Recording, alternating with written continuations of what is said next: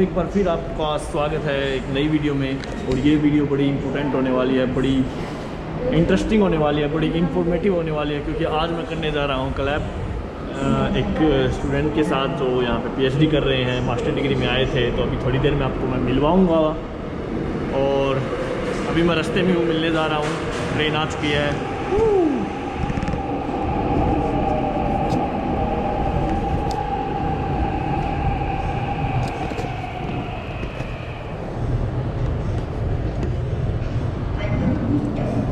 चलिए चलते हैं।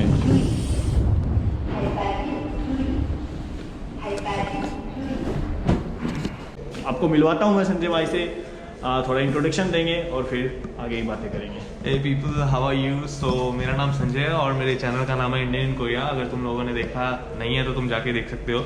मैं वीडियोस बनाता हूँ KGSP स्कॉलरशिप्स के ऊपर और अलग स्कॉलरशिप्स, मतलब जो भी जैसे भी तुम अगर कोरिया आना चाहते हो या फिर एक इंडियन कैसे जीता है कोरिया के अंदर और एक Indian lifestyle, real life style in Korea, उन सब चीज़ों के बारे में वीडियो बनाता हूँ, तो वो तुम देख सकते हो। बिल्कुल। और आप लिंक वगैरह आपको सब डिस्क्रिप्शन में मिल जाएगा और पीछे आप हम सब क्या करते हैं कनेक्शन वगैरह कर देंगे। आप उसकी टेंशन मत लो।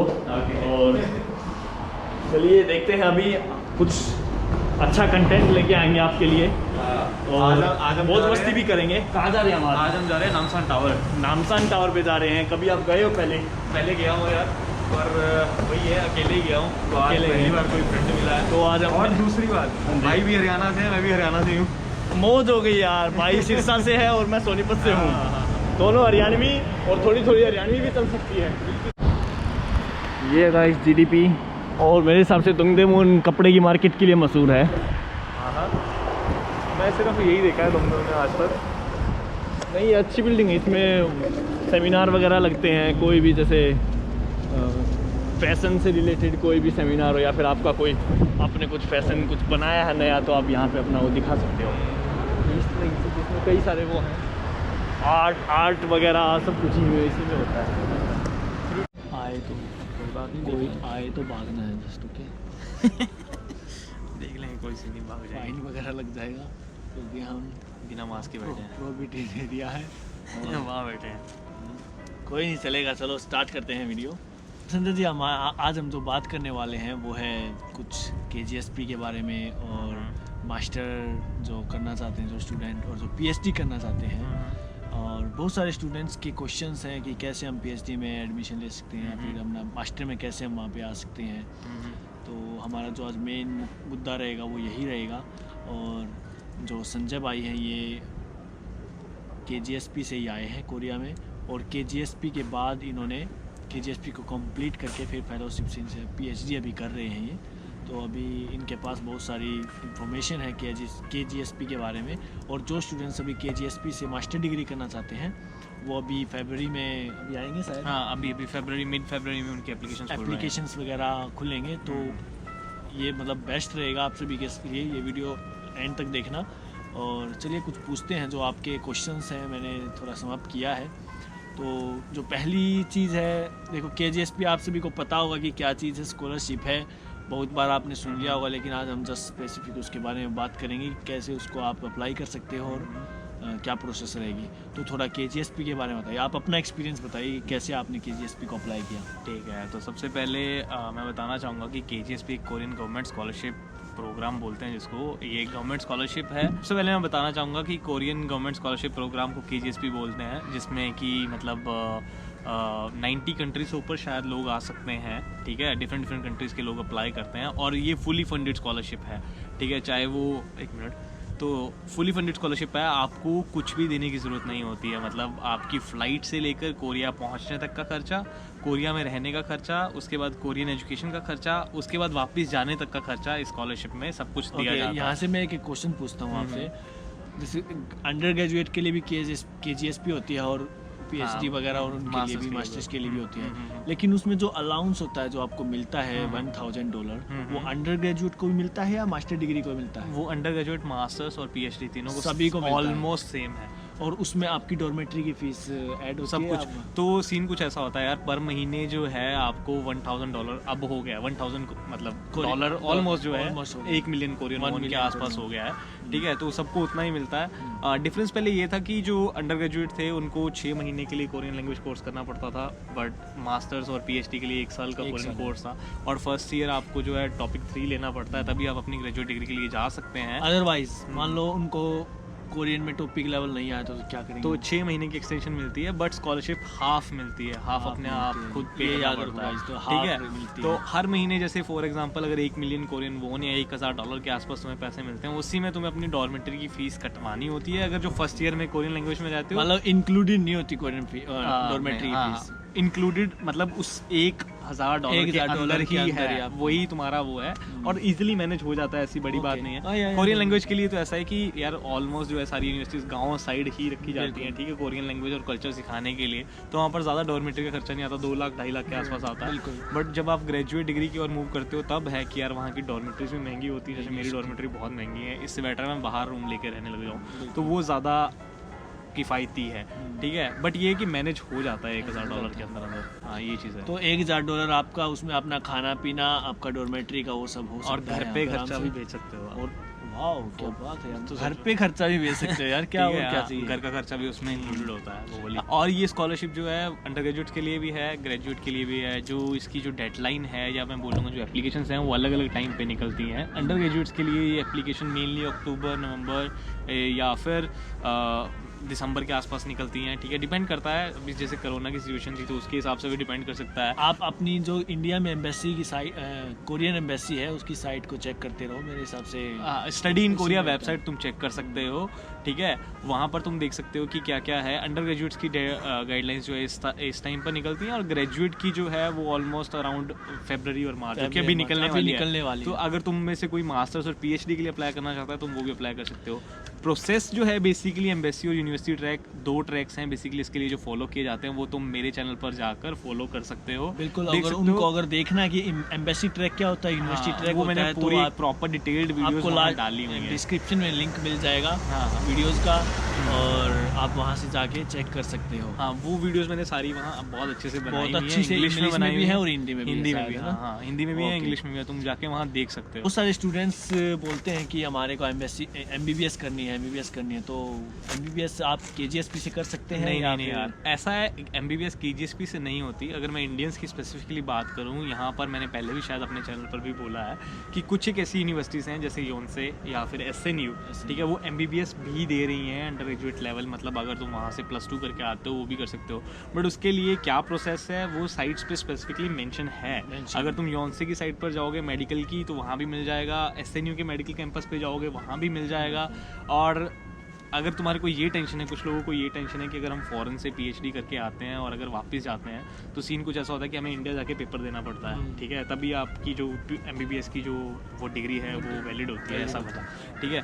बट यहाँ पर ऐसा नहीं है। ये जो यूनिवर्सिटीज़ में जिनकी बात की है अभी, या और भी बहुत सी यूनिवर्सिटीज़ हैं इनकी जिनके बारे में मैंने बात की है, वो यूनिवर्सिटीज़ ऑलरेडी रिकॉग्नाइज्ड हैं इंडियन काउंसिल से, ठीक है। तो उनको अगर वहाँ से एमबीबीएस करते हो, नहीं है, हाँ, कोई एग्जाम देने की जरूरत नहीं है। उसके लिए अगर तुम एसएनयू की साइट पर जाओगे तुम्हें मिल जाएगा फॉर्म कैसे भरना है, उनका एक स्पेसिफिक एग्जाम होता है जो आजकल ऑनलाइन ही हो रहा है, सब कुछ ठीक है। ऑनलाइन मिलता है हाँ, आपको, जस्ट आपको पता होना चाहिए कि थोड़ा हाँ सा ऐसी वन भी सर्च चीज़ है, वही हाँ। चीज़ है कि एक बार सिर्फ सर्च करने की जरूरत सर्च करने की जरूरत है। और आप अगर एसएनयू की यूनिवर्सिटी पे साइट पे जाओगे तो हो सकता है कि कोरियन में खुले पहले, तो आपको वहाँ पे ऊपर इंग्लिश में हो जाएगा, इंग्लिश का वो translate हो मिलता है, जाएगा। चाइनीज इंग्लिश और हर लैंग्वेज में मिलती है वो, तो आप उसको इंग्लिश में करके आप ढूंढ सकते हो। अब जैसे जीकेएस बोल सकते हैं, केजीएस और जीकेएस एक ही चीज़ है।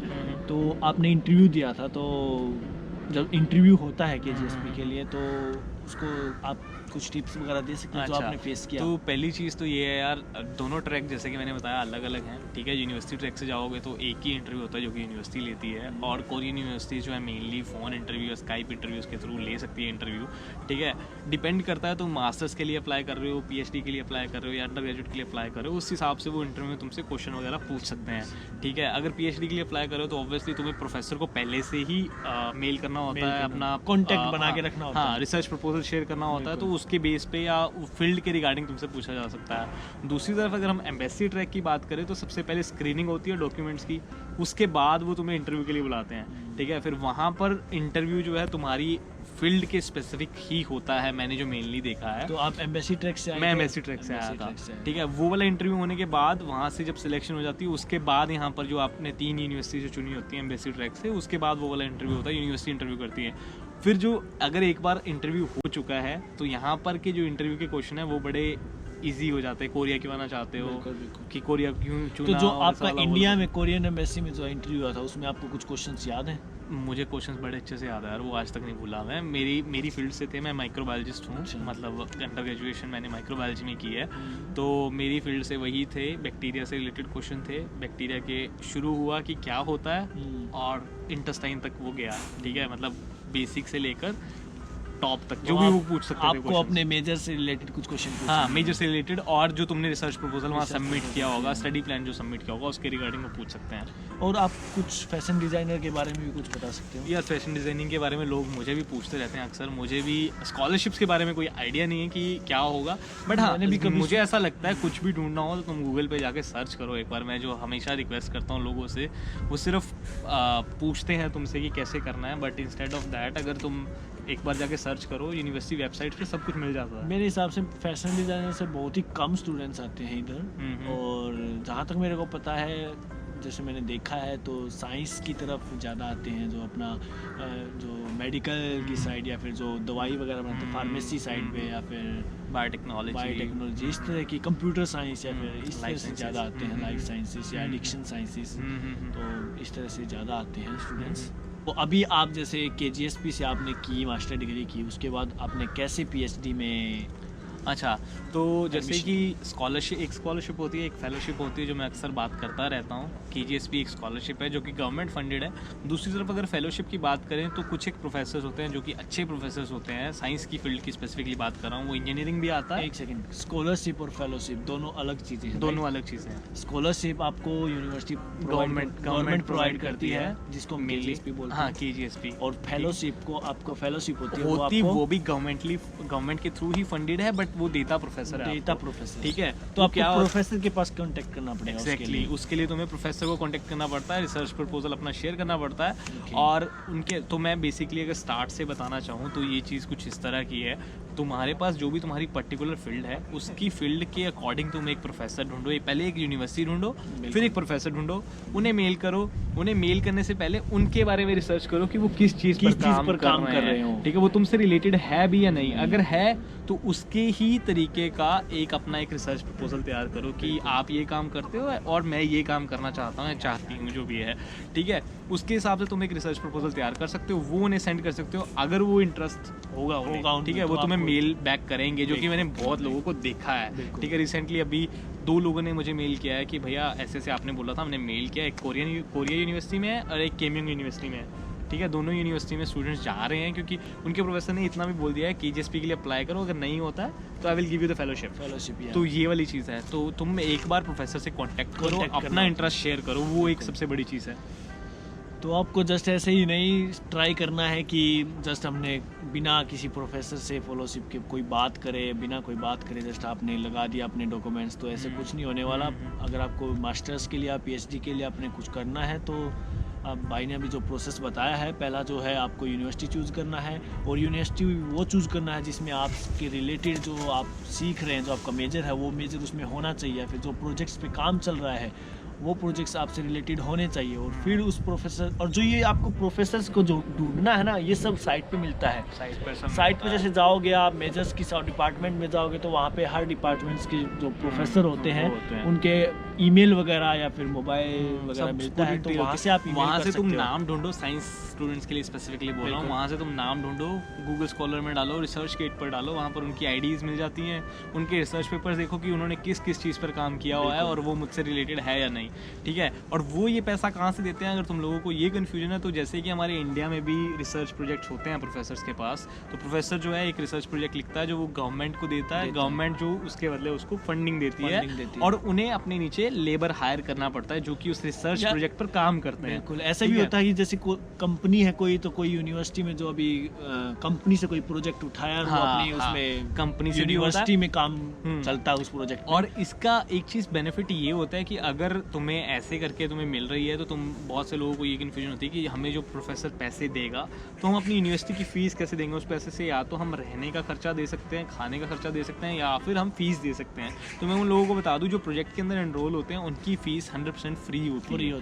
ठीक है। यूनिवर्सिटीज़ वो जो अलग से जो आपको पैसा मिलता है वो जस्ट आपकी एक तरह से सैलरी होती है, अपनी सैलरी होती है। प्रोफेसर की रिकमेंडेशन पे आपको फ्री में एजुकेशन दी जाती है, ठीक है। तो एक और जो मैं आपको क्वेश्चन पूछना चाहूँगा वो ये है कि अगर कोई स्टूडेंट्स यहाँ से मास्टर डिग्री या फिर पीएचडी करता है तो उसके लिए क्या आगे वो क्या क्या कर सकता है, यहाँ पे जॉब कर सकता है या फिर क्या बेनिफिट्स है अगर मास्टर्स करता है तब भी वो कंपनीज में जा सकता है, ठीक है। यहाँ पर फॉरेनर्स को बहुत सपोर्ट किया जाता है, जैसे आपको भी ये चीज़ पता ही होगी, ठीक है। मेरे को तो अच्छी एजुकेशन है, बहुत सपोर्ट किया जा रहा है कोरिया में। मैं तो अभी अंडर ग्रेजुएशन में हूँ और बहुत सपोर्ट करते हैं मेरे को। और अगर तुम्हारे पास एजुकेशन प्रॉपर है, कोरियन लैंग्वेज आती है, ठीक है, ये सबसे बड़ा मुद्दा है यहाँ पर। अगर कंपनीज में जाना है तो कोरियन लैंग्वेज का आना बहुत जरूरी है, ठीक है। कंपनी में भी क्या, अगर कोरिया में रहना चाहते हो तो कोरियन लैंग्वेज है यार, उसके बिना कुछ नहीं। जो आप कंपनी में काम करोगे वहाँ पे सब कुछ कोरियन में होगा, सारा ऑफिशियल वर्क कोरियन में होता है, तो आपको कोरियन जरूर आनी चाहिए। और पीएचडी के बाद ऑब्वियसली मैंने बहुत से लोगों को देखा, अभी मेरे फ्रेंड्स भी हैं, ठीक है, जिन्होंने सिर्फ पीएचडी की और अभी वो रिसर्च प्रोफेसर लग गए हैं। और उनकी सैलरी अगर इंडिया के हिसाब से देखो 2 लाख रुपए, 2 लाख रुपए आराम से होती है, प्रोफेसर की 2 लाख के ऊपर आराम से। हाँ, तो वो वाली चीज़ है। तो पीएचडी के बाद रिसर्च प्रोफेसर की पोस्ट बड़े इजीली मिल जाती है, या फिर अगर तुमने पोस्ट डॉक के लिए जाना वो भी बड़े इजीली मिल जाती है, उसकी सैलरी इवन 2 लाख से भी ऊपर होती है। तो ये चीज़ है। और आप बाहर कंट्री में भी जा सकते हो यहाँ से करके। ये नहीं है कि आपका जस्ट आपने कोरियन यहाँ से कोरिया से किए तो आप कोरिया में ही काम कर सकते हो, आप बाहर भी कर सकते हो, आप इंडिया में भी कर सकते हो। ऑब्वियसली अगर कोरिया से तुम्हारी एजुकेशन है, तुम्हारे पास एक्सपोजर बहुत अच्छा है जो कि इंटरनेशनल लेवल पे दिखाने लायक है, ठीक है। और तुम वहाँ एप्लीकेशन डाल सकते हो कि अच्छा मैंने कोरिया से ये किया और मेरा ये क्वालिफिकेशन है। तो ऑब्वियसली इंडिया की डिग्री के मुकाबले ऑब्वियसली कोरिया की डिग्री को ज़्यादा प्रेफर किया जाएगा। और मेरे हिसाब से IT सेक्टर में तो यहाँ पे बहुत ज़्यादा जो सॉफ्टवेयर साइड में यहाँ पे जो क्या बोलते हैं टेक्नोलॉजी में अच्छा है कोरिया। और आप यहाँ से टेक्निकल जो अपनी फील्ड्स होती है वो कर सकते हो, यहाँ से बेस्ट है। लोगों को कोई भी डिटेल चाहिए KGSP के रिगार्डिंग, स्कॉलरशिप्स के रिगार्डिंग, या फिर देसी हंगल, मैं भी कोरियन पढ़ाता हूँ हिंदी से। अगर तुम कोरियन सीखना चाहते हो तो मेरे चैनल को फॉलो कर सकते हो, इट्स इंडियन इन कोरिया। और इंस्टाग्राम भी हैंडल मेरा इंडियन इन कोरिया ही है, ठीक है, वहाँ जाकर फॉलो कर सकते हो। और कोई भी क्वेरी है KGSP के रिगार्डिंग तो हमारा एक अलग से ग्रुप भी चलता है व्हाट्सएप पर भी, वो भी सारी डिटेल्स अगर तुम्हें चाहिए तो तुम मेरे चैनल पर आ सकते हो, मुझे फॉलो कर सकते हो और अपना क्वेश्चन या क्वेरी जो है वो कमेंट सेक्शन में छोड़ सकते हो। KGSP से कुछ भी रिलेटेड हो, यहाँ पे सर जी बैठे हैं तो आप कभी भी किसी भी टाइम भाई के YouTube चैनल पे या कमेंट कर दो, या फिर Instagram ID, आप सब कुछ जो लिंक है हम उसमें डिस्क्रिप्शन में डाल देंगे। आपको सभी को सब कुछ मिल जाएगा वहाँ पे, जस्ट आपको चेकआउट करना है और सब्सक्राइब कर देना जरूर चैनल को। भाई के चैनल को सब्सक्राइब करना, शेयर करना वीडियो को, और पसंद आई तो बताना। अगली बार भी तुम कोई कोलैबोरेटिव वीडियो चाहते हो तो हम, अगर ऐसी इंफॉर्मेटिव वीडियो चाहिए तो हम और बनाएंगे। और अगर आपके पास कुछ आइडिया है तो वो बताओ हमारे को, हम उसके ऊपर चर्चा करेंगे ऐसे ही। तो मिलते हैं नेक्स्ट वीडियो में। Thank you so much for watching. Bye bye.